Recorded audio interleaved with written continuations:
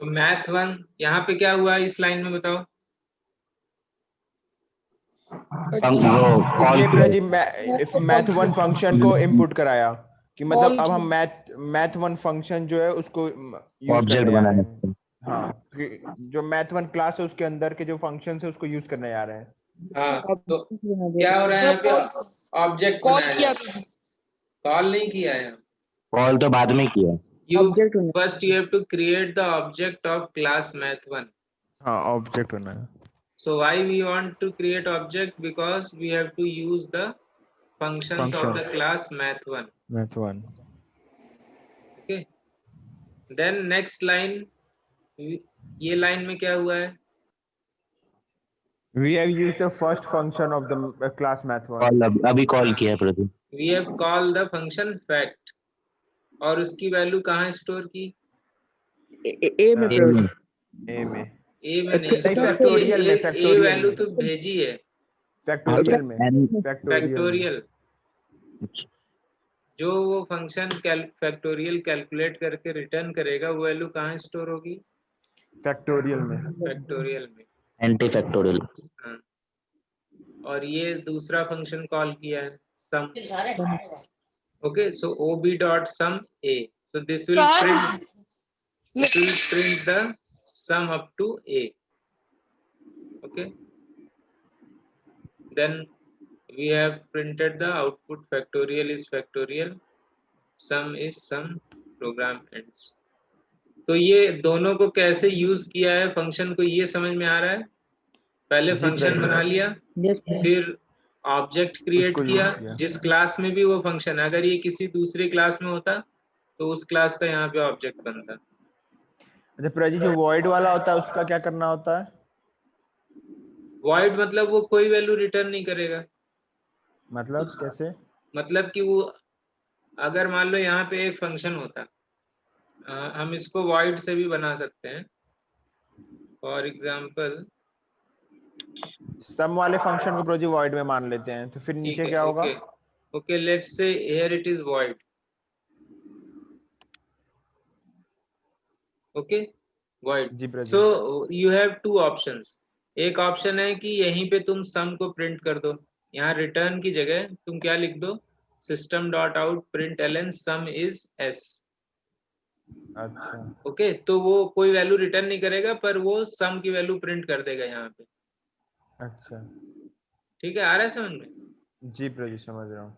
और दूसरा ऑप्शन है कि you can create a class variable. यहाँ पे एक क्लास वेरिएबल क्रिएट करो, INTS। ओके, INTS, ये वेरिएबल क्रिएट हो गया।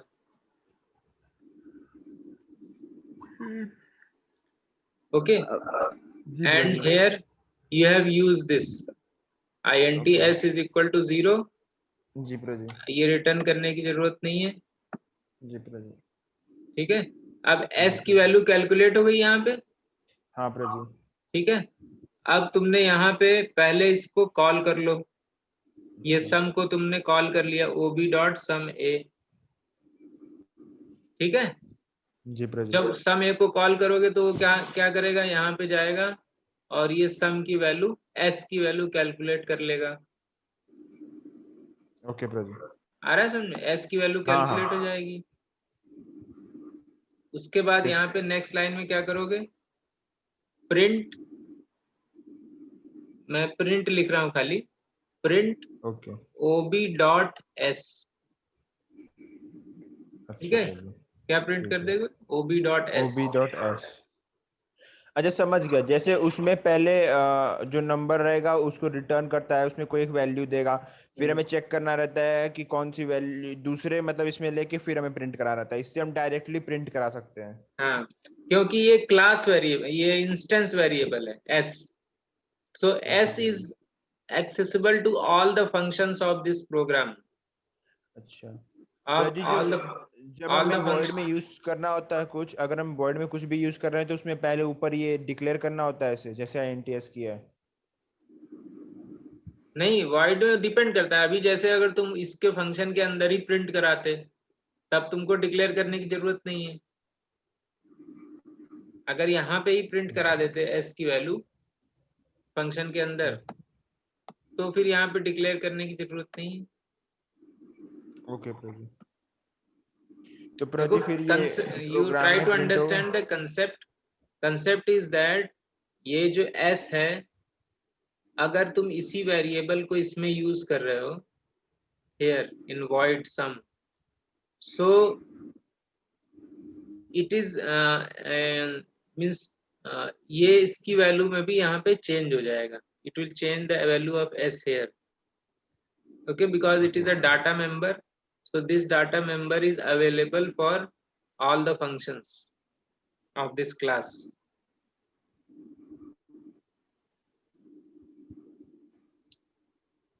जी प्रजी।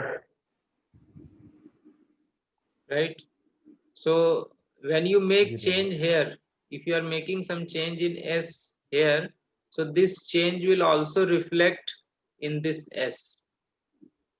Is this clear? यस प्रजी। So once you made the change, then you print the value of s, so the value of s will be printed here, ob.s. ठीक है प्रजी।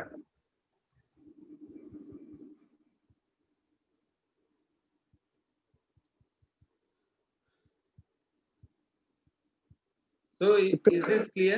Function जी कैसे प्रजी। Call करते हैं? हाँ प्रजी, आ गया, समझ में आ गया। प्रभु जी, हाँ, प्रभु जी ऐसी प्रभु जी सेम हमारा प्रोग्रामिंग उसकी होती है ना प्रभु जी, बस थोड़ा सा डिफरेंट होता है वो फंक्शन ओवरलोडिंग प्रभु जी। हाँ, मतलब फंक्शन ओवरलोडिंग में वो सेम नाम होता है, फंक्शंस के नेम सेम होते हैं।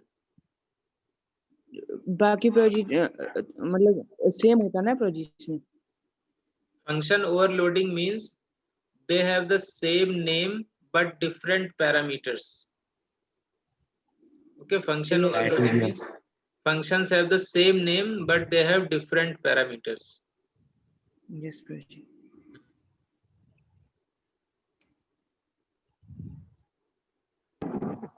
प्रजी ये लगभग वैसा ही है कुछ। हाँ, तो यस functions प्रभु का जी, प्रोग्राम है ये तो वैसा तो लगेगा ही, पर the difference is there कि अगर मैं इसका भी नाम fact रख दूं, ठीक है, तो how will you do function overloading? Function overloading इसमें कैसे डबल करोगे? फिर एक में एंट्री तब जाके डिफरेंशिएट हो जाएगा। या प्रभु जी ऊपर वाले में फैक्टोरियल कर लेंगे प्रभु जी, नीचे वाले में सम कर लेंगे, बाद में कॉल कर लेंगे। नहीं, तुमको पैरामीटर्स में डिफरेंस दिखाना है। हाँ, एक में डबल एक में Okay, so now both are fact, but this is double, this will take integer value, this will take double value. So if you write here like this 2.0 20.0, so which function will be called? This double one. और अगर केवल 20 लिखते हो, so which function will be called? This one, upper one, integer वाला। ये आ रहा है समझ में फंक्शन ओवरलोडिंग का मतलब? यस ना? यस ये डबल एन का मतलब, हाँ तो जी आपने कंस्ट्रक्टर और फंक्शन दोनों, हाँ, कंस्ट्रक्टर क्या होता है बताओ? प्रभु जी जो इनिशियलाइज कर रहा है। जो क्लास नेम होता है प्रभु जी। हाँ, कंस्ट्रक्टर का नाम किसके नाम से मैच क्लास करता है? क्लास का नाम। क्लास में तो यहाँ पे क्लास का नाम क्या है? Math one. Math one. तो यहाँ कोई कंस्ट्रक्टर बनाया गया? नो प्रभु जी। नहीं बनाया गया, तो एक कंस्ट्रक्टर यहाँ बना देते हैं, MATH मैथ वन, और यहाँ पे लिख दिया s इज इक्वल टू 0। ठीक है, ये कंस्ट्रक्टर बन गया एक। आ रहा है समझ में? कंस्ट्रक्टर क्या है, फंक्शन क्या है? प्रभु जी वो हमारा initialize value initialize. Value value initial. हाँ, initialization. So this is constructor. Constructor has the same name with class. and this is function overloading when two functions have same name but they do not have the same name with the class. इनका नाम अलग है class से but they have the same name. Fact. And constructor means it has the same name as the class. Is this clear? तो ये दोबारा बता दीजिए। हाँ, दोबारा क्या नहीं समझ में आया बताओ। अभी अभी आपने बताया ना कि सेम नेम होता है हाँ, क्लास का, ये देखो आपने फैक्ट बताई। मैंने देखो दो चीजें बताई, एक कंस्ट्रक्टर बताया, एक बताया कि फंक्शन ओवरलोडिंग क्या होता है। ठीक है, जी तो पहले कंस्ट्रक्टर का मतलब समझो। Constructor means constructor is also a function but it has the same name as the class. Class का जो नाम है वही उस फंक्शन या कंस्ट्रक्टर का नाम रहेगा। ठीक है, पहली पहचान समझ में आई कंस्ट्रक्टर और फंक्शन के डिफरेंस। पहला नाम सेम होता है। किससे सेम होता है? क्लास से। क्लास का नाम यहाँ पे क्या है बताओ? मैथ 1। मैथ 1। तो इसी नाम का अगर तुम फंक्शन बनाते हो, कंस्ट्रक्टर बनाते हो, तो उसको बोलते हैं कंस्ट्रक्टर। ठीक है, और दूसरा क्या होता है? कंस्ट्रक्टर का काम होता है इनिशियलाइजेशन करना। वैल्यू रिटर्न नहीं करता। हाँ, वैल्यू रिटर्न नहीं करता है, वो खाली इनिशियलाइजेशन करता है और कुछ प्रोग्राम भी नहीं करता, जैसे और मतलब कोई ये फैक्टोरियल प्रोग्रामिंग बना भी दी। प्लस माइनस ये सब भी उसमें नहीं होता है। इसका मतलब प्रोजी अगर एस वैल्यू है मैथ में तो उसकी वैल्यू 0 रहेगी, ये हाँ करता है बस। हाँ, यस। अगर तुम यहाँ पे s इज इक्वल टू 10 दे दोगे तो s की स्टार्टिंग वैल्यू क्या हो जाएगी? 10 हो जाएगी। ठीक है, ये कंस्ट्रक्टर की प्रोजी बात एक समझ में आई? क्वेश्चन है, अगर मैंने प्रोग्राम यहाँ स्टार्ट किया, हाँ प्रोजी एक क्वेश्चन है, जो ये पब्लिक स्टैटिक वॉइड मेन में मैंने एक प्रोग्राम लिखा, उसमें एस की वैल्यू मैंने 100 दे दी, उसके बाद फिर से ये कंस्ट्रक्टर लगाया, तो एस की वैल्यू 100 ही रहेगी या 10 हो जाएगी? जो कंस्ट्रक्टर में रहेगी वो हो जाएगी। अच्छा, अगर कंस्ट्रक्टर में 10 है तो 10 हो जाएगी। हाँ, तो यहाँ पे कोई इनिशियलाइजेशन नहीं होता है, यहाँ पे कोई इनिशियलाइजेशन नहीं होता। ठीक है, यहाँ पे खाली वेरिएबल डिक्लेरेशन होता है। Is this clear? जी ऐसा नहीं कि ये देखो मेन वहां नहीं, हाँ, वहां नहीं, ये पब्लिक स्टैटिक वॉइड मेन के अंदर, पब्लिक प्रोग्राम के स्टैटिक, अंदर जो प्रोग्राम टाइप पब्लिक करेंगे। स्टैटिक वॉइड मेन के अंदर अगर तुमने जैसे यहाँ पे s लिखा, s इज इक्वल टू 100, तो पब्लिक स्टैटिक वॉइड मेन के अंदर तुम कैसे s की वैल्यू को कैसे चेंज करोगे पहले बताओ। अगर प्रोजेक्ट मैंने ये प्रोग्राम लिखना स्टार्ट किया, इसमें एस की वैल्यू मैंने 100 दे दी और कहाँ फिर पे? कंस्ट्रक्टर लगाया, यहीं पे मतलब स्टार्ट किया, उसमें इनिशियलाइज किया अंदर अंदर प्रोग्राम के अंदर। प्रोग्राम के अंदर तो s की वैल्यू 100 कैसे दोगे बताओ? INTS equal to 10। नहीं, तो अरे वो 100। वो यहाँ वो बोलेगा, वो it will give an error. It will say that non static member can not be accessed from the static reference। अच्छा, मतलब जो स्टैटिक का मेंबर नहीं है वो स्टैटिक रेफरेंस में नहीं आ सकता। तो यहाँ पे तुमको लिखना पड़ेगा ob.s इक्वल टू 100।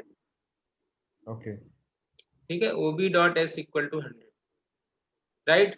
तो यहाँ पे देखो, तुमने जब ऑब्जेक्ट बनाया तो ये कंस्ट्रक्टर को कॉल किया मैथ 1, तो फिर s की वैल्यू क्या हो गई? जैसे ही कंस्ट्रक्टर कॉल हुआ 10 हो गई। 10 हो गई।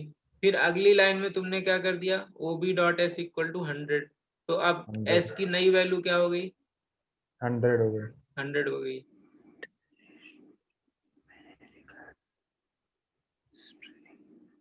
तो हाँ अनुराग, तो प्रजू जो 10 है वो कहाँ यूज होगा? नहीं, अगर तुम यहाँ पे 100 नहीं देते तो 10 यूज हो जाता। कहाँ यूज होता? डिपेंडिंग तुम प्रोग्राम में क्या करना चाहते हो एस के साथ, तो वहीं पे यूज होता है जो भी अगर ये एस। यही प्रोग्राम है प्रजी, INT फैक्ट वाला जो नीचे वाला है, हाँ, वही अगर वही आईएनटी प्रोग्राम फैक्ट है है। तो तुमको 10 देने की जरूरत नहीं है, then you have to give 0, s is equal to okay 0। Okay okay, और यहाँ पे जो हमने INTS इक्वल टू 0 दिया, ये देने की जरूरत नहीं है। ओके। जी प्रभु, समझ गया प्रभु। यस ये वो वैल्यू इनिशियलाइज करता है जो कि हम मेथड्स में यूज करेंगे, मतलब क्लास के फंक्शंस में। हाँ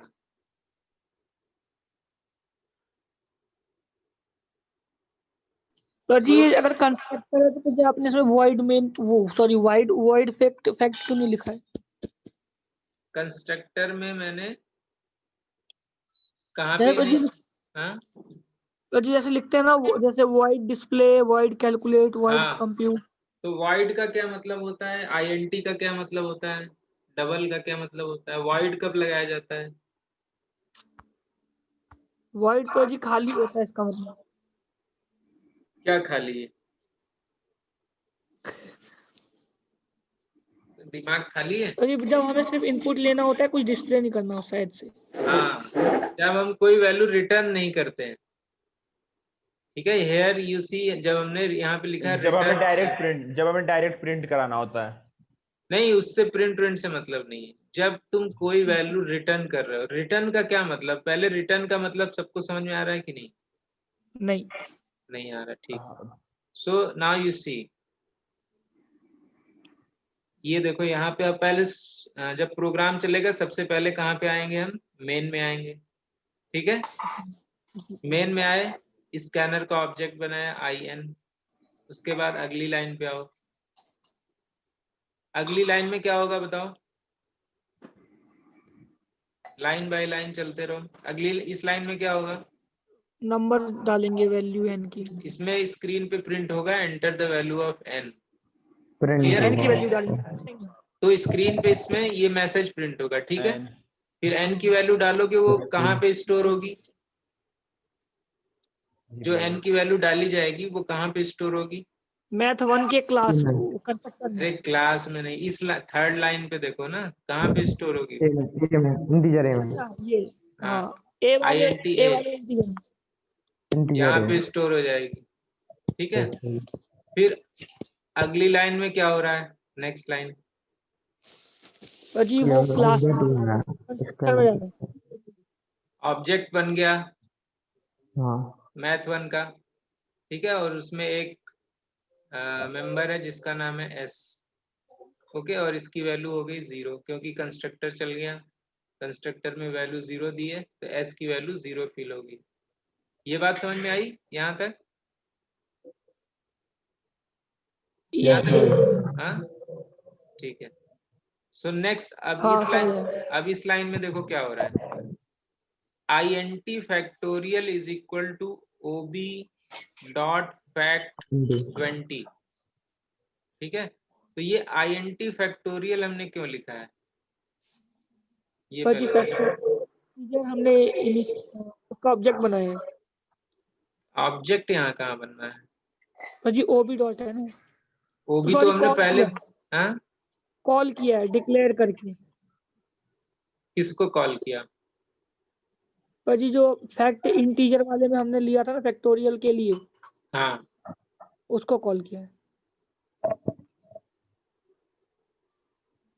ठीक है, यहाँ पे तुमने OB डॉट फैक्ट 20 लिखा है, जी एक तो चीज ये, और पूछना है, हाँ तो जी आपने 20 की जगह पे ए लिखना चाहिए ना, मतलब ए की वैल्यू डालेंगे तभी ना आएगा यहाँ पर। हाँ ठीक है, ये बात सही है। 20 की जगह अगर तुम 20 लिखोगे तो क्या होगा, तो जी अगर वो 20 मान लेगा नंबर को। हाँ, तो वो 20 का फैक्टोरियल कैलकुलेट करता। हाँ अब तुमने यहाँ पे फैक्ट A लिखा, तो अब बताओ क्या होगा ये, तो ये जो हम नंबर इनपुट करेंगे वो फैक्टोरियल वाले फंक्शन में जा करके उसको कैलकुलेट करेगा, और मतलब जैसे मान लिया हम F5 लिखते हैं तो 5 तक का जो फैक्टोरियल वो रिटर्न कर देगा। हाँ। सो जैसे ही तुमने फंक्शन को कॉल किया, कंट्रोल कहाँ चला जाएगा, यहाँ पे, यस ठीक है। n की वैल्यू कितनी हो जाएगी, 5 मान लेते हैं 5। A, ठीक है। हाँ n की जी वैल्यू सर। A हो जाएगी, फिर वो फैक्टोरियल कैलकुलेट करेगा, फिर वो वैल्यू रिटर्न करेगा, क्या वैल्यू रिटर्न करेगा, फैक्टोरियल, ठीक है। ए तक का। हाँ, तो वो जो वैल्यू रिटर्न करेगा वो स्टोर कहाँ पे होगी, जी प्रभु जी। हाँ, ये जो वैल्यू रिटर्न कर रहा है ये कहाँ पे स्टोर होगी, इसी में स्टोर होगा, किसमें? वो इंटीजर फैक्टोरियल। फैक्टोरियल में होगा, फैक्टोरियल INT हाँ। फैक्टोरियल में। तो अब समझ में आया ये INT फैक्टोरियल क्यों लिखा है? हाँ जी प्रोजी। Because this function is returning a value. तो वो वैल्यू हाँ। जो वो रिटर्न कर रहा है उसको कहीं तो हमको उसमें स्टोर print करना पड़ेगा ना। जी जी प्रोजी। प्रोजी। तो उसके लिए हमने क्या लिखा है? INT factorial. फैक्टोरियल। ठीक है। अब अगर इसका अगर तुम चाहते हो कि मैं इसको इस वेरिएबल को ना लूं, INT फैक्टोरियल ना, इसकी जरूरत नहीं, ना यूज करो इसको, तो कैसे लिख सकते हो? डायरेक्ट तुम लिख सकते हो system dot out system dot println OB dot println OB fact dot fact. A. ये बात समझ में आ रही है? जी हाँ प्रोजी। तो जी ये प्रोजी। अगर ये कोई वैल्यू रिटर्न नहीं करता, ठीक है, तो जी क्या प्रोजी। होता? प्रोजी ऑब्जेक्ट बनाना पड़ता हमें। ऑब्जेक्ट तो वैसे भी बनाना पड़ता है, ऑब्जेक्ट तो रिटर्न कर रहा है फिर भी तुमने ऑब्जेक्ट बनाया है। हाँ, अगर ये कोई वैल्यू रिटर्न नहीं बनाया करता है, हाँ। तो तुम प्रिंटिंग नहीं कर सकते थे फैक्टोरियल की। समझ रहे हो? जी प्रोजी। जी अगर यहाँ से कोई वैल्यू तुमको रिटर्न हाँ नहीं मिलती तो तुम क्या प्रिंटिंग करते? तुमको तुम्हारे पास कोई वैल्यू, अगर तुम लिखते OB डॉट फैक्ट ए, अगर तुमने इसको यहाँ पे लिखा system dot out println OB dot fact ए, पर ये फैक्ट ए कोई वैल्यू रिटर्न ही नहीं कर रहा है, तो तो यहाँ एरर पे आएगा। हाँ एरर आ जाएगा या गार्बेज वैल्यू प्रिंट हो जाएगी, जो भी होगा। ठीक है, अच्छा यहाँ पे yes, कुछ सही वैल्यू नहीं आएगी। प्रभु जी, हमारी आवाज लौट लौट के आ रही है। अब पता नहीं क्यों लौट के आ रही है, यहाँ से तो सब सही है।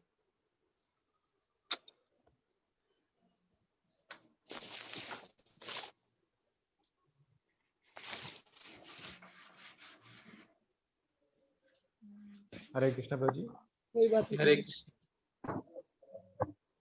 तो ये रिटर्न वाला कंसेप्ट ठीक से समझ में आया कि नहीं आया? प्रभु जी आप गुरुकुल आ रहे हो? गुरुकुल, हाँ। आ क्यों? गया प्रभु जी, आ गया। क्या आ गया? आ रहे प्रभु जी। प्रभु जी आ रहे ना, परसों पहुंचने वाला है।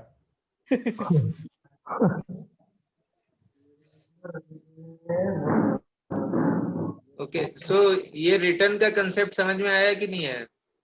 जी जी। आ गया बात प्रभु जी। नहीं है।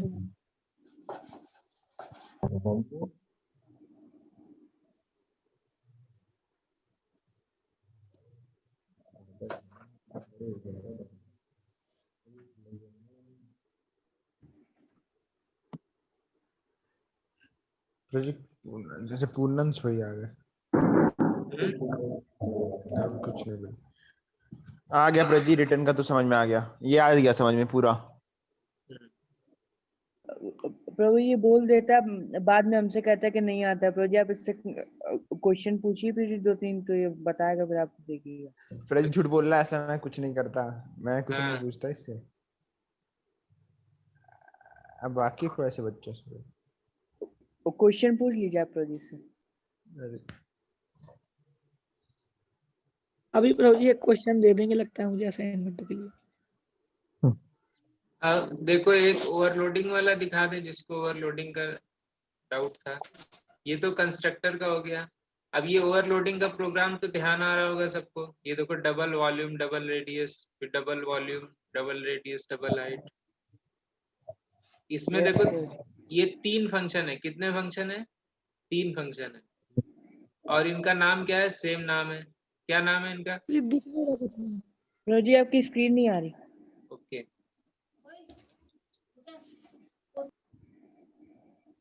ये फंक्शंस का क्या नाम है?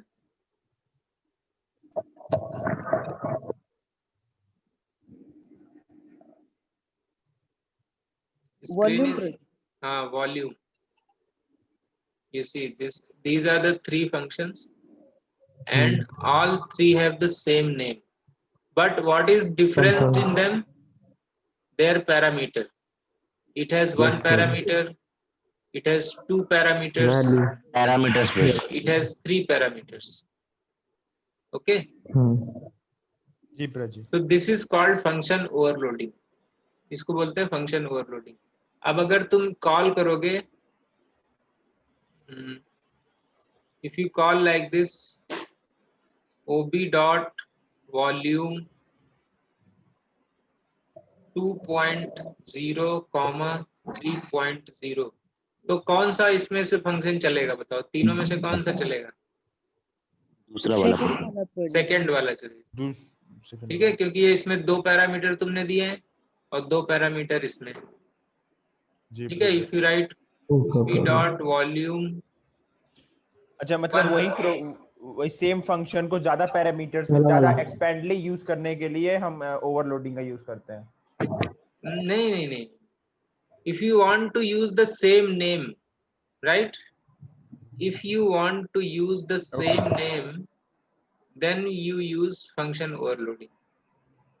अगर अब देखो इस सेम नेम यूज करने का बेनिफिट क्या है, तुमको केवल एक ही बार लिखना है volume, okay, depending on the parameter you can call different functions, okay, name is same, you have to write ob dot volume, but depending on the parameter you can choose different things। जी प्रभु जी, तो जी हमें अगर ये जो आपने लिखा है 2.0 और 3.0, तो मतलब हमें ये पता नहीं, हमें इनपुट लेना है, तो वो अपने आप इनपुट देगा, तो वो कैसे करेंगे प्रभु जी? हाँ, तो इस केस में देखो ये उससे पूछा जाएगा ना, इस प्रोग्राम को अगर पूरा देखोगे तो जी आवाज नहीं है। you see it is made with switch case, this program is made with switch case। तो हमने switch case में क्या दिखाया है, मैसेज स्क्रीन पे क्या है, 1 for volume of sphere, 2 for volume of cylinder, 3 for volume of cuboid। तो वो जो भी प्रिंट करे, मान लो उसने बोला 2, उसने एंटर किया 2, तो कौन से केस पे आ जाएंगे हम लोग? सेकंड वाले, केस नंबर 2। केस नंबर 2 पे हमने उससे क्या बोला, एंटर रेडियस एंड हाइट, तो वो रेडियस और हाइट को एंटर करेगा, फिर हमने ये वॉल्यूम उसका कैलकुलेट कर दिया, तो उसको पता नहीं है पर उसको राइट आंसर मिलेगा कि नहीं मिलेगा? जी हाँ? मिलेगा ब्रो जी। अगर उसने मिलेगा। ऑप्शन दिया 3, तो 3 आने पे कौन सा केस चलेगा? केस नंबर 3, ठीक है, एंटर।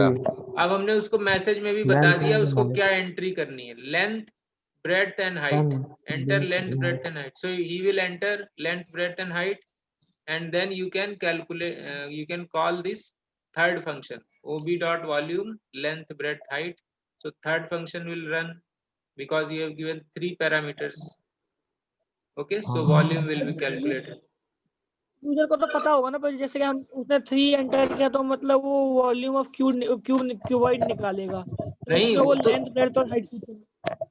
हाँ, वो तो हमने इस यहाँ पे मैसेज प्रिंट कर दिया ना, 1 for volume of sphere, 2 for volume of cylinder, 3 for volume of cuboid. मान लो यूजर चौथी फेल हुआ, तब उसको नहीं मालूम कि वॉल्यूम ऑफ स्फीयर का फॉर्मूला क्या है। हाँ, user do not know formula, okay, we are calculating. मान लो अगर फॉर्मूला पता भी हो, तुमने वैल्यू ही कोई ऐसी दे दी 121.36754, आप कैसे कैलकुलेट करोगे बिना कैलकुलेटर के? हाँ, तो मतलब प्रोग्राम वहाँ पे है ना, या तुमने दे दिया 9999.967, अब इसको कैलकुलेट करने के लिए पाई आर क्यूब ऐसे करके फॉर्मूला लगाओ।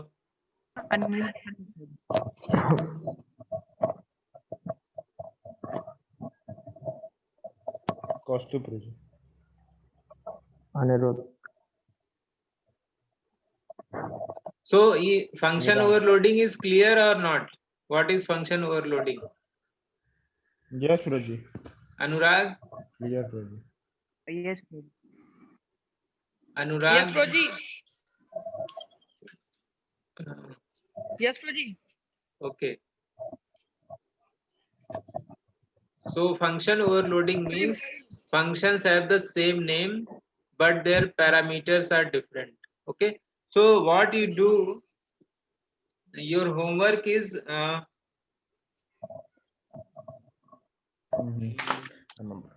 You have to make one program from string and one program from functions. I'll just give you the question number. Question number 16, page 267. Page Anirudh, don't do drawing. 267, question number 16. Okay, this you have to submit.